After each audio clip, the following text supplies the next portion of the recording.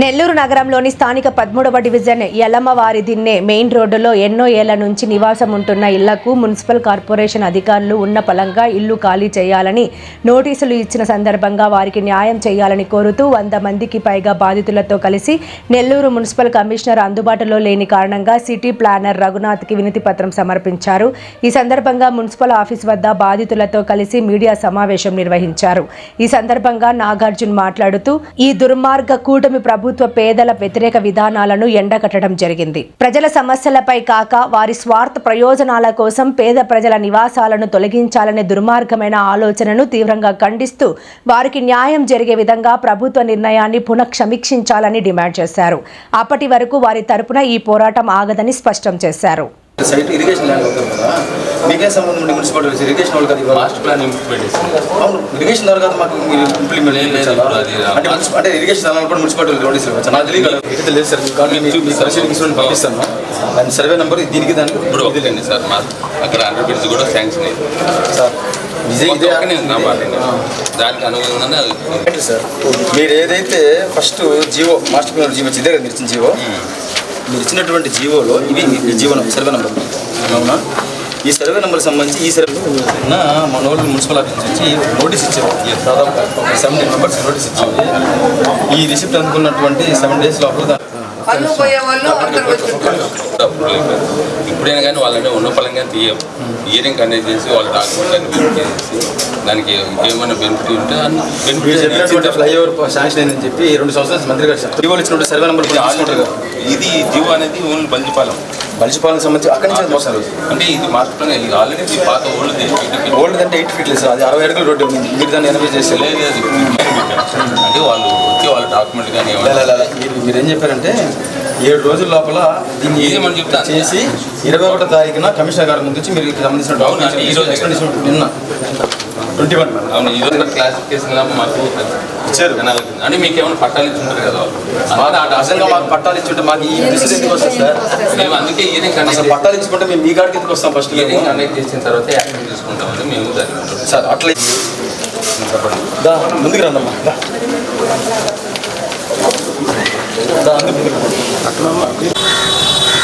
చిన్నరానా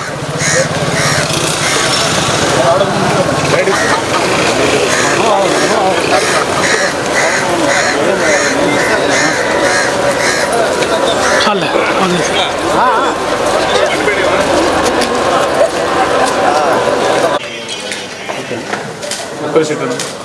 సరే కొట్టు గబగబ ఒక్క నిమిషం కొట్టు తీసుకున్నా.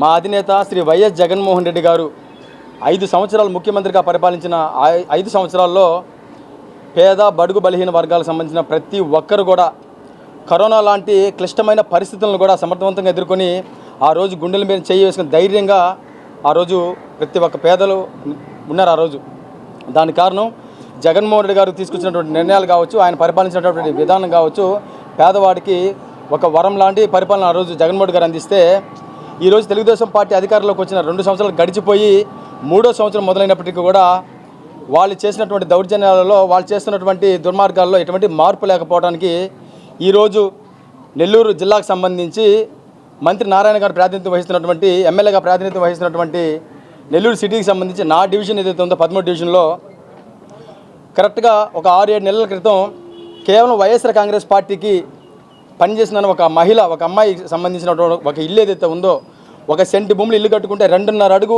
బాత్రూమ్ ఏదైతే ఉందో ఆ బాత్రూమ్ని ఆయన అధికారాన్ని ఉపయోగించి పోలీసులు బందోబస్తు పెట్టి అధికారుల ద్వారా ఆ రోజు పగలగొట్టిన పరిస్థితులు కూడా నేను మీడియా ముఖంగా కూడా ఆ రోజు తెలియజేయడం జరిగింది. కరెక్ట్గా 7 నెలల తర్వాత మళ్ళీ చింతారెడ్డిపాలెం హైవే నుంచి ఊరు దాకా ఉన్నటువంటి దాదాపు 70-80 కుటుంబాలు ఏదైతే ఉన్నాయో ఆ కుటుంబాలకు సంబంధించి ఈరోజు మంత్రి నారాయణ గారు మాస్టర్ ప్లాన్ అనే ఒక మాస్టర్ ప్లాన్ రోడ్డు ద్వారా అభివృద్ధి అనే పేరుతో పేదలందరినీ కూడా రోడ్లు పాలు చేసే కార్యక్రమానికి శ్రీకారం చుట్టాలని కూడా నేను మీడియా ముఖంగా స్పష్టం చేస్తా ఉన్నా. ఈరోజు కేవలం నారాయణ గారు ఆయనకు సంబంధించినటువంటి హాస్పిటల్ ఏదైతే ఉందో, నారాయణ హాస్పిటల్, నారాయణ కాలేజీలు ఏదైతే ఉన్నాయో ఆ చుట్టుపక్కల పొలాలకు సంబంధించిన ఏదైతే ఉన్నాయో ఆయన సన్నిహితులందరూ కూడా వాటిని కొని వాటిని అభివృద్ధి పరచుకోవడానికి, ఆ రేట్లు పెరగడానికే ఈ 60 అడుగుల రోడ్డుని రాటిఫై చేసుకుని 80 అడుగుల రోడ్డుగా మాడిఫై చేసి ఆ మాస్టర్ ప్లాన్లో పెట్టి దాదాపు 80 కుటుంబాలను కూడా రోడ్లు పాలు చేసడానికి కూడా ఆయన అధికారాన్ని ఉపయోగిస్తారని చెప్పి నేను మీడియా ముఖంగా స్పష్టం చేస్తా ఉన్నా. ఈరోజు 80 కుటుంబాలకు సంబంధించి ఒక 20 మందికి మాత్రం నోటీసులు ఇవ్వడం జరిగింది. తర్వాత విడతల వారీగా తీశారన్న ఆలోచనలతో ఈరోజు ప్రతి ఒక్కరు కూడా అందరూ ఐక్యతతో ఈరోజు కమిషనర్ గారి ఆఫీస్కి వచ్చి కమిషనర్ గారు అందుబాటులో లేకపోవడం వల్ల సిపి రఘునాథరావు గారికి ఈరోజు రిప్రజెంటేషన్ ఇవ్వడం జరిగింది. నేను మీడియా ముఖంగా స్పష్టంగా తెలియజేస్తా ఉన్నా ఒకటే, గడిచిన 2 సంవత్సరాల్లో మంత్రి నారాయణ గారు చేసింది ఏదైనా ఉందా అంటే కోట్ల రూపాయలను అవసరం లేని చోట చెట్లు వేయటం, ఎండ్-టు-ఎండ్ రేటు పేర్లతో వాళ్ళ కార్యకర్తలకు కోట్లు దోచిపెట్టే దాంట్లో చూపిన శ్రద్ధ, మా ప్రభుత్వంలో మేము ఓపెన్ చేసినటువంటి పార్కులు బిల్డింగ్లని రంగుల పేరుతోనూ హంగుల పేరుతోనూ రీఓపెన్లు చేసి ప్రకల్పాలు మేము అభివృద్ధి చేశామని చెప్పుకునేటువంటి ఘనత నారాయణ గారు ఈరోజు ఈ విధంగా పేద ప్రజలను ఇబ్బంది పెట్టడం సవ్యంగా తెలియజేస్తా ఉన్నా. నెల్లూరు నగరంలో 75,000 ఓట్ల మెజార్టీ వచ్చిన నారాయణ గారికి సాక్షాత్తు నా డివిజన్ నుంచి కూడా మా వాళ్ళందరూ కూడా మీకు మెజార్టీ ఓట్లు కూడా వేశారు, ఇంకా మీరు అభివృద్ధి చేస్తారని. మీరు అభివృద్ధి చేయకపోగా మా జీవితాన్ని మాకు సంబంధించినటువంటి మా ఇళ్ళను కూల్చేసి మమ్మల్ని రోడ్ల పాలు చేస్తామంటే చూస్తూ ఊరుకునే పరిస్థితులు ఉండవని కూడా నేను మీడియా ముఖంగా తెలియజేస్తా ఉన్నా. కేవలం మీ స్వార్థ, మీ నాయకులు, మీ సన్నిహితులు, మీ నాయకులు, మీ కార్యకర్తల బాగోగులు చూసుకొని ఇలా పేద ప్రజల్ని రోడ్ల పాలు చేస్తామంటే ఎట్టి పరిస్థితుల్లో వైఎస్ఆర్ కాంగ్రెస్ పార్టీ కార్పొరేటర్గా, జిల్లా యోజన విభాగం అధ్యక్షుడిగా ఖచ్చితంగా దీన్ని ఖండిస్తూ మీ యొక్క అధికార దర్పానికి, మీ యొక్క అధికార ఇదితో ఏదైతే ప్రవర్తిస్తున్నారో దాన్ని అడ్డుకోవడానికి బాధితులకు అండంగా ప్రతి నిమిషం కూడా వాళ్ళ తరపున మేము పోరాటానికి సిద్ధంగా ఉంటామని కూడా స్పష్టంగా తెలియజేస్తూ, ఇప్పటికైనా సరే ఒకసారి పునరాలోచించి ఆ ఇచ్చినటువంటి నోటీసులను మీరు వెనక్కి తీసుకొని సంబంధిత బాధితులు ఎవరైనా ఉన్నారో వాళ్ళందరితో మీరు మాట్లాడే ప్రయత్నం ఒకసారి చేసి ఆ మాటలు వాళ్ళకి సానుకూలంగా ప్రత్యామ్నాయ ఏర్పాట్లు ఏమైనా చేయగలిగితే ఖచ్చితంగా మీరు చేసే అభివృద్ధికి మేము సహకరిస్తామే తప్ప మీ అధికారాన్ని అడ్డుపెట్టుకొని మీ ఇష్టప్రకారం ప్రవర్తిస్తామంటే మాత్రం ఖచ్చితంగా అడ్డుకుని తీరుతామని కూడా బాధితులకు అండగా నిలబడి ఈరోజు మీడియా ముఖంగా స్పష్టం చేస్తూ ఉన్నాం. మీరు ఇలాగే ఈ యొక్క నోటీసులు కానీ తిరిగి తీసుకోకుండా కానీ మీరు ముందుకు కానీ వెళ్తే మాత్రం చట్టపరంగా కూడా మేము ముందుకెళ్ళడానికి, వాళ్ళకి అన్ని విధాలుగా కూడా అండగా నిలబడడానికి నేను ఎప్పుడు ముందుంటానని బాధితుల తరపున పూర్తిగా పోరాటానికి నేను సిద్ధంగా ఉన్నానని తెలియజేసుకుంటూ సెలవు తీసుకుంటా ఉన్నా. ఏం లేదు సార్, నిన్న ఎవరూ లేవు, వచ్చి కాగితాలు ఇచ్చారు. మేమైతే మాకైతే అస్సలు తెలీదు. సాయంత్రం ఇంటికి పోయేదానికి ఇట్లా కాగితాలు ఇచ్చేసిపోయారు. అంటే ఇంక మేము అన్నాలు వండుకోలేదు, ఏం వండుకోలేదు, దిగులు పడిపోయి గమ్ముగా కూర్చున్నాం సార్. అంతవరకు ఈ సార్ మనకి బాగా చేస్తాడు నారాయణ సార్ అని మేము ఎంతో ధైర్యంగా ఉన్నాం. కానీ ఇప్పుడు ఆ ధైర్యాన్ని కోల్పోయాం సార్.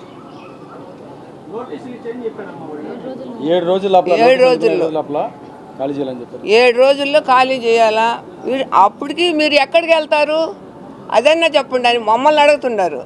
నోటీసులు మాకు ఇచ్చి ఎక్కడికి వెళ్తారు మీరు అది మాకు చెప్పండి అంటే వాళ్ళకి చెప్పాలి, మేము వెళ్ళేది కూడా చెప్పాలి. మేము దిగులు పడి మేము అన్నాలు వండుకోకుండా కూర్చొని ఉంటే వాళ్ళకి మళ్ళీ మేము తిరిగి మాట్లాడాలంట. అది న్యాయమేనా? మేము నారాయణ సార్కి ఎంతో నమ్మకంగా ఉన్నాం. ఎందుకంటే మన ఏరియా కదా, మన నారాయణ సార్ మాకు ఎంతో హెల్ప్ చేస్తాడు అని మేము ఎంతో ధైర్యంగా ఉన్నాం. నిన్నటికి నోటీస్ ఇచ్చే లోపల మాకు పిల్లలతోటి పెద్దలతోటి అన్నాలు వండుకోకుండా గమ్ముగా ఆగిపోయి ఎట్టు చేయాలని చెప్పి నాగార్జున సార్కి ఫోన్ చేసాం. ఫోన్ చేసి ఆయన వచ్చాడు. ఇంకా ఉండేవాళ్ళు ఉండారు, ఎవరు రాలా. ఎందుకు వచ్చింది నోటీస్ అని ఎవరు వచ్చి అడిగింది ఎవరు లేరు. నాగార్జున సారే వచ్చి మాకు సహాయం చేస్తారు ప్రతిసారి. అప్పుడు కూడా 3 సంవత్సరాల క్రితం కూడా నారాయణ సారు ఎలమార్జున్లో మీటింగ్ పెట్టుండాడు. ఇక్కడ వచ్చి పొక్కిలేరు వచ్చి తోస్తూ ఉంది. మేము 4 ఆడవాళ్ళు కలుసుకొని మాట్లాడుకొని వచ్చి వాళ్ళని తిడితే కాంట్రాక్ట్ ఏమన్నాడంటే ఇంకా బతకాలని ఉండారమ్మ మీరు అంటే మాకు స్థలం ఇవ్వకుండా ఏమి బతకాలంటే ఏంటి చంపేస్తారా ఏంది? లేదంటే గవర్నమెంట్ చంపుతారా లేకుంటే రాజకీయ వాళ్ళు చంపుతారు మమ్మల్ని? మాకేం వద్దు సార్, మాకు స్థలాలు ఇచ్చి ఇల్లు కట్టించి ఎక్కడికన్నా పక్కన మేము ఎక్కడున్నామో అక్కడ కాకుండా ఇంకెక్కడన్నా పక్కన స్థలాలు ఉంటాయి కదా, అదే డివిజన్లో మాకు ఎక్కడ స్థలాలు చూపించి ఆడ కట్టిస్తే మేము లక్షణంగా ఆడే ఉంటాం. మేము ఏదో ఒక కూలి పని చేసుకొని బతికేవాళ్ళం సార్. మాకు హఠాత్తుగా మాకు డబ్బు యాడ్ నుంచి వస్తుంది మీరు లేపేస్తే మేము వెళ్ళి కట్టుకునేదానికి మాకు అంత అవకాశం ఆడుంది అసలు. సారు తెలియదే నారాయణ సార్కి అంతా తెలుసు కదా, ఎంతో మందిని సాగుతున్నాడు, ఎన్నో హాస్పిటల్ పెట్టి ఎన్నో కాలేజీలు పెట్టి సాగుతున్నాడు. మాకు చిన్న హెల్ప్ చేసేదానికి ఈ విధంగా చేయొచ్చు అసలు? చెప్పండి సార్. సామాన్యులకు అందుబాటులో కార్పొరేట్ వైద్యం అందిస్తున్న ఎన్ఎల్ హాస్పిటల్స్ మేనేజింగ్ డైరెక్టర్ మరియు గుండె వైద్య నిపుణులు డాక్టర్ కులారి నాగేంద్ర ప్రసాద్, డైరెక్టర్ మెదడు మరియు నరముల వైద్య నిపుణులు డాక్టర్ లావణ్య కుంకాల ఆధ్వర్యంలో సామాన్యులకు అందుబాటులో కార్డియాక్ అండ్ న్యూరాలజీ సేవలు మరియు ఎమర్జెన్సీ అండ్ క్రిటికల్ సేవలు 24 గంటలు అందిస్తున్న ఎన్ఎల్ హాస్పిటల్స్ పీవీఆర్ కళ్యాణ మండపం ఎదురుగా మాగుంట లేఅవుట్, నెల్లూరు. సంప్రదించవలసిన నెంబర్లు 9966801108, 0961232888.